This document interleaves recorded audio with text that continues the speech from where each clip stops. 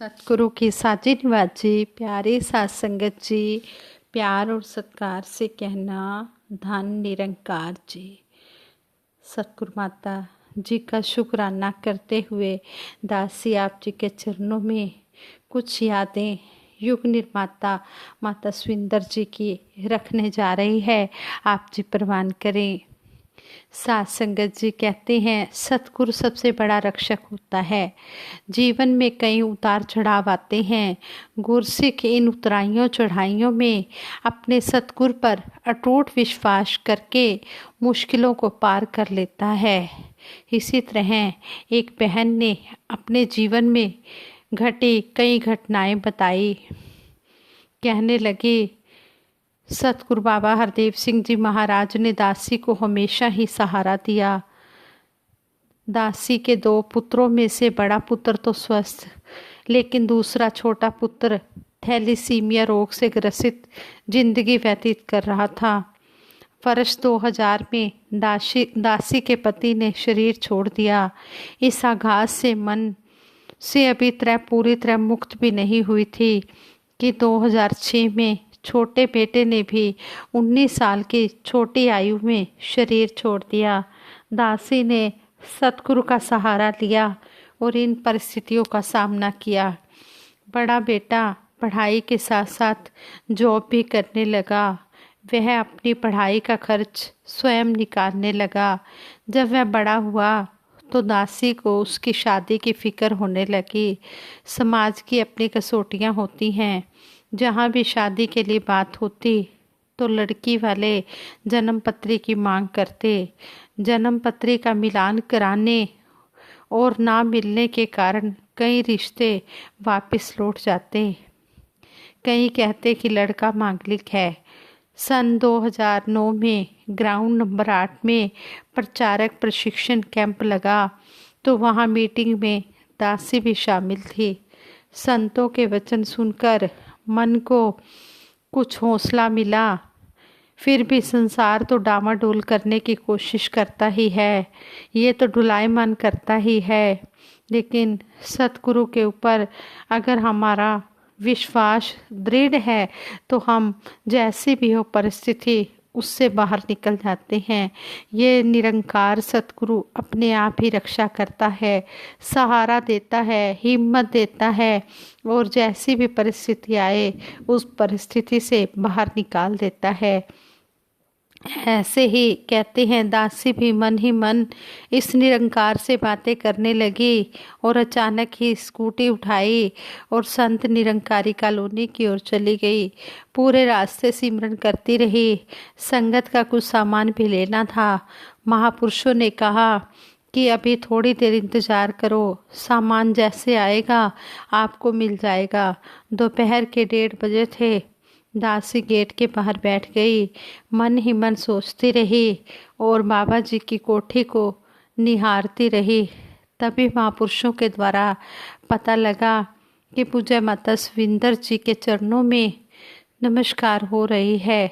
दासी भी लाइन में खड़ी हो गई और मन ही मन सोचती रही कि दासी आज माता सुविंदर जी से अपने मन की बात करके अपने मन को हल्का कर लेगी। जैसे ही दासी माता सुविंदर जी के चरणों में पहुँची, वैसे ही माता सुविंदर जी के पूज्य माता सुविंदर जी के मुख से निकला, सच्चा पातशाह सब कुछ ठीक करेगा, दातार सब कुछ ठीक करेगा। और एक बर्फ़ी का टुकड़ा दासी के हाथ में दे दिया। उसके बाद तो पूज्य माता सुविंदर जी के आशीर्वाद से सब कुछ ठीक होता चला गया और सारे भ्रम पूज्य माता सुविंदर जी ने दूर कर दिए। उसी लड़की से शादी हो गई जिसके लिए लोगों ने मना कर दिया था। बेटे की शादी में साथ संगत ने फूल बरसाकर बहुत आशीर्वाद दिए। सतगुरु माता सुविंदर जी महाराज ने भी बहुत आशीर्वाद दिए और वो आज भी प्रफुल्लित हो रहे हैं। आज दासी का एक पोता भी है। दासी को डामाडोल होने से सतगुरु माता सुविंदर हरदेव जी महाराज ने ही बचाया। आज पूरा परिवार सतगुरु माता सुदीक्षा जी महाराज के चरणों से जुड़ा है। दासी यही अरदास करती है कि परिवार सहित अंतिम श्वासों तक सभी सच्चाई से जुड़े रहें और भक्ति मार्ग में आगे से आगे बढ़ते रहें। साध संगत जी कहते हैं, गुरु के दर्शनों से मन में ठंडक भी आती है, हिम्मत भी आती है, सहारा भी मिलता है। जिसनु इसदा होए सहारा, काम नहीं उसदा अड़ सकता। आद व्याध उपाद जो कोई रोग नहीं सामे खड़ सकता। हम अपना विश्वास जो है चट्टानों की तरह, पहाड़ों की तरह अपना मजबूत रखें। कभी भी हम डावाडोल ना हो। हमेशा जब हमारा विश्वास पूर्ण होगा, अटूट होगा, तो ये हर परिस्थिति से निकालेगा। और इसको ही पता है किस समय मैंने अपने भगत को कब, क्या और कितना देना है। हम कुछ नहीं जानते। हमारी तो सोच बड़ी छोटी है, इसकी सोच बड़ी ऊंची है। ये बहुत कुछ हमारे लिए लेकर खड़ा है। इसलिए हम एक गिलास की तरह, हम जिस तरह एक गिलास पानी का होता है, हम उसको लेकर ही संतुष्ट हो जाते हैं। नहीं, हम सतगुरु सच्चे पातशाह से हमेशा भक्ति मांगे। ये तो हमें समुंदर देना चाहता है, लेकिन हम एक गिलास इससे मांग लेते हैं। नहीं, ऐसा नहीं। हमने हमेशा ये दुनियावी पदार्थ तो कभी नहीं मांगने। हमने हमेशा इससे भक्ति ही मांगनी है कि सच्चे पातशाह आप जी हमें चरणों में जिस तरह आप जी ने बिठाया है, इसी तरह बिठा कर रखना और इसी तरह हमें अपने चरणों से जोड़ के रखना। इसी तरह कहते हैं कि सतगुरु बाबा हरदेव सिंह जी महाराज के उपकारों का वर्णन कर पाना भी बहुत कठिन है। समय पर जीवन में जब कभी कठिनाई हुई तो सतगुरु बाबा हरदेव सिंह जी महाराज के चरणों में गए और हमें भरपूर आशीर्वाद देकर सतगुरु बाबा जी ने निहाल किया। सतगुरु बाबा हरदेव सिंह जी महाराज के पास पहुँचते ही मन में ठंडक आ जाती थी और बाबा जी की एक मीठी मुस्कान देखकर दिल को चैन मिल जाता था। कुछ कहने मांगने आदि का ध्यान ही नहीं रहता था। जब सतगुरु ने बिना मांगे ही निहाल कर देना है कि क्या यह जरूरी है कि सतगुरु से कुछ ना कुछ मांगा जाए। सतगुरु के उपकारों को याद करके भावुक हो जाते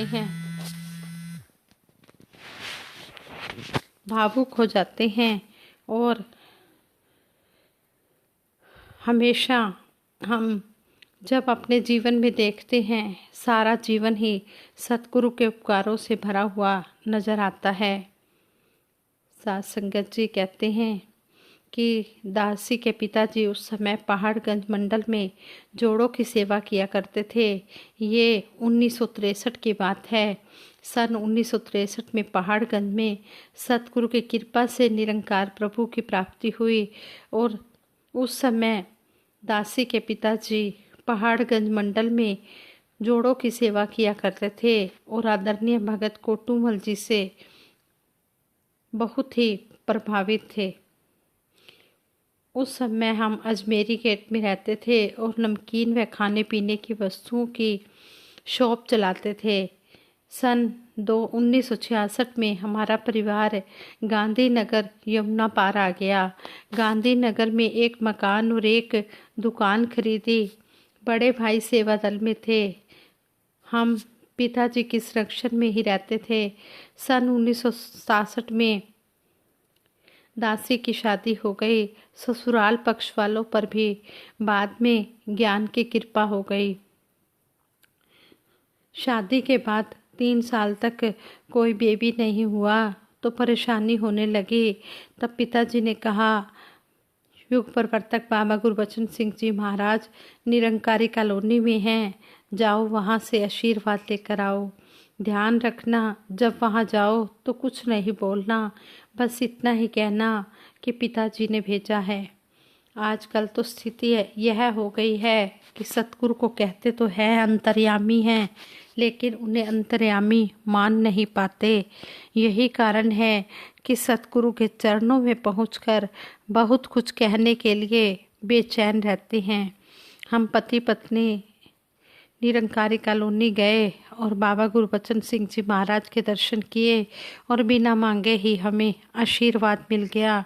सतगुरु की कृपा से सन 1971 में हमारे घर एक बच्चे का जन्म हुआ। लड़का होने पर घर में खुशहाली आ गई।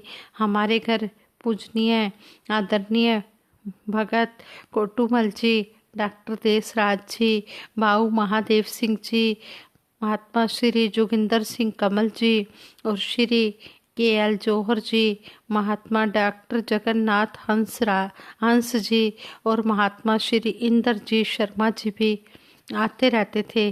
सन 1994 में दासी के बेटे की शादी हुई। समय की बात कि उनके घर भी 5 साल तक कोई औलाद नहीं हुई। पिताजी की कही हुई पुरानी बातें याद आ गई और सतगुरु बाबा हरदेव सिंह जी महाराज के आशीर्वाद से सन 1999 में पुत्र की प्राप्ति हुई। इसके बाद सतगुरु की कृपा से दूसरा लड़का अगस्त 2000 में हुआ, जिसका नाम भी सतगुरु बाबा जी द्वारा रखा गया। दासी के पिताजी को बाबा गुरबचन सिंह जी महाराज ने बाबू महादेव सिंह जी को गीता कॉलोनी भवन भेजकर प्रमुख बनाया, जिन्होंने 1975 तक सेवा की और 13 मार्च 1975 को उन्होंने नश्वर शरीर छोड़ा। हजूर बाबा जी स्वयं गीता कॉलोनी शमशान घाट पहुँचे, जो कि एग्जाम्पल था। और सतगुरु माता सुंदर जी महाराज के चरणों में भी हम नतमस्तक रहे और सतगुरु माता सुंदर जी महाराज ने भी हमेशा हमें अपने चरणों से लगाए रखा और हमारे विश्वास को मजबूत बनाए रखा। और आज हम सतगुरु माता सुदीक्षा जी महाराज के छत्र छाया में बैठे हैं, आनंद ले रहे हैं। सतगुरु के चरणों में यही आशीर्वाद मांगते हैं। सच्चे पातशाह जिस तरह आप जी ने जोड़ा है इसी तरह जोड़ के रखना, जो इसी तरह हम मर्यादा में रहकर सेवा सिमरन सत्संग करते चले जाएं। कहते हैं गुरु की मति में रहना गुरुमत है और गुरु की मर्यादा में रहना आनंद है। मर्यादाओं को छोड़ दें तो अवंती ही अवंती है। जिस तरह रेस कंपटीशन में जो पार्टिसिपेट कर रहे होते हैं उनसे यही अपेक्षा की जाती है कि वे अपनी लेन में रहकर दौड़े। यहाँ तक कि लेन से बाहर जाने वाला जो प्रतियोगी होता है, भले ही वो दौड़ में सबसे आगे हो, लेकिन खेल की मर्यादा का पालन न करने के कारण वह प्राइज का हकदार नहीं रह जाता। जीवन की दौड़ में भी वास्तविक विजेता वही हैं जो गुरमत में रहकर मर्यादाओं का पालन कर रहे हैं। मर्यादा इंसान से सहनशीलता और विशालता की अपेक्षा रखती है। सतगुरु ने हमारे हृदय में गुरमत का पौधा लगाया है, खाद दिया, पानी दिया, प्रकाश दिया और उसे प्रफुल्लित किया। यही पौधा पेड़ बनकर फल फूल देने वाला बनना चाहिए। जो प्रैक्टिस होती है वो इंसान को मजबूत बना देती है। इसलिए जीवन में सफलता पाने के लिए अभ्यास की प्रेरणा भी दी जाती है। सतगुरु माता सुविंदर हरदेव जी महाराज कहते कि यह ठीक है, अभ्यास से मजबूती आती है और अभ्यास करते रहना चाहिए, लेकिन अभ्यास हमारा पॉजिटिव ही किया जाए, नेगेटिव नहीं। कहीं ऐसा ना हो कि हम नेगेटिविटी का अभ्यास करते करते उसको ही अपने जीवन का अंग बना लें। हमें अपना ऊपर ध्यान फोकस करना होता है, लेकिन हम लग जाते हैं दूसरों की कमियां निकालने में। हमारे प्रयासों से लोग ठीक हो जाएं, यहाँ तक तो ठीक है, लेकिन इस प्रक्रिया में हमारा स्वयं का विकास रुक जाए, यह ठीक नहीं है। इसलिए हमने आध्यात्मिकता में अलर्ट भी रहना है। जिस तरह कहते हैं कि सतगुरु का सिखाने का तरीका संसार से अलग और प्रभावशाली होता है। सन 2003 में सतगुरु बाबा हरदेव सिंह जी महाराज फ्लोरिडा अमेरिका की कल्याण यात्रा पर थे। एक बहन बाबा जी के लिए शाम की चाय बनाकर बोली, बाबा जी मीठा डाल दूं? बाबा जी ने कहा एक चम्मच डाल दो। तो उस बहन ने बाबा जी के लिए चाय बना दी। बाबा जी ने जब चाय ख़त्म हो गई फिर बहन ने पूछा, बाबा जी चाय और पी लो। बाबा जी ने कहा अच्छा। फिर बहन ने पूछा, बाबा जी शक्कर। बाबा जी ने कहा नहीं, बिस्कुट ले लूँगा। चाय ख़त्म करके बाबा जी संगत के लिए चले गए। अमेरिका में शक्कर नमक की तरह है, बारीक होती है। उस बहन ने गलती से शक्कर की जगह नमक डाल दिया था। एक कप चाय में 1 चम्मच शक्कर तो हो सकती है, लेकिन 1 चम्मच नमक डालने के बाद उस चाय का क्या स्वाद बना होगा और सतगुरु बाबा जी ने उसे कैसे पिया होगा, यह सुनकर ही हम कैसे सोचने लग जाते हैं कि किस तरह बाबा जी ने उस चाय को पिया होगा। सतगुरु ने किस तरह कर्म करके दिखाया है कि हमने जो भक्ति की मर्यादा है उसमें रहना है, हमने विशाल बनना है, हमने सहनशील बनना है, हमने कभी भी ये नहीं करना कि गुस्सा हो जाना है, नहीं, मर्यादा में रहना है। आज हम याद करते हैं कि भगवान श्री राम जी मर्यादा में रहे, लेकिन हमें सतगुरु बाबा हरदेव सिंह जी महाराज ने कर्म करके दिखाया, हमने देखा है। भगवान श्री राम जी को तो हमने नहीं देखा, लेकिन हमने अपने सतगुरु बाबा हरदेव सिंह जी महाराज को तो देखा है, किस तरह मर्यादा में रहे, किस तरह मर्यादा में रहकर उन्होंने सारे दुनियावी रिश्ते भी निभाए और आध्यात्मिक रिश्ते भी निभाए और सबको किस तरह कर्म करके दिखाया। फिर उस बहन को जब पता लगा कि मैंने नमक डाल दिया था शक्कर की जगह, तो उस बहन ने बाद में बाबा जी से माफ़ी मांगते हुए कहा, बाबा जी मुझे बख्श लेना, मुझे सेवा करनी नहीं आती। बाबा जी ने फिर भी यही कहा कि नहीं, मैं देखता हूँ आप बहुत सेवा करती हो। सतगुरु बाबा हरदेव सिंह जी महाराज को सारी दुनिया यूं ही प्यार नहीं करती। बाबा जी का समझाने का अंदाज जमाने से जुदा और जीवन भर याद रहने वाला था। ऐसा कि एक को समझाएं और हजारों को समझ आ जाए। दूसरी ओर हमारे अंदर गुरमत की क्या स्थिति है, हमारी सहनशीलता, विनम्रता, विशालता किस अवस्था में है, इसका निरीक्षण हमने खुद ही करना है कि हम कहाँ पर खड़े हैं। हम अवगुणों को देख रहे हैं, गुणों को धारण कर रहे हैं। हम विशाल बन रहे हैं या छोटी सोच वाले बन रहे हैं। हम सहनशीलता को अपना रहे हैं या असहनशीलता को अपना रहे हैं। इस तरह हमने हमेशा अच्छाई देखनी है और हमने गलतियों से सीखना है। हम गलतियां करना मानव का स्वभाव है, गलतियों से सीखना है और आगे बढ़ जाना है। यही मानव का वास्तविक लक्ष्य है। आत्मा कहते हैं, गोता मारा सिंधु में, मोती लाए बैठ। तो क्या हम मोती ला पाए या किनारे पर ही बैठे रहे, ये हमने अपने अंदर देखना है, अपना आत्मनिरीक्षण करना है। सतगुरु के बताए अनुसार अगर हम ज्ञान मार्ग पर कदम बढ़ा रहे हैं फिर तो सही है। अगर हम ज्ञान मार्ग पर कदम बढ़ा ही नहीं रहे, केवल गिले शिकवे ही कर रहे हैं, तो कुछ भी हासिल होने वाला नहीं है। सतगुरु की कृपा का पात्र बनने के लिए हमें ज्ञान पर चलना भी होगा और हमें उदार बनना होगा। हमने ऐसे इस तरह अपने जीवन की दिशा को तय करना है कि लोग हमें धर्मी समझें, सत्संगी समझें, हमें उदार और भला समझें।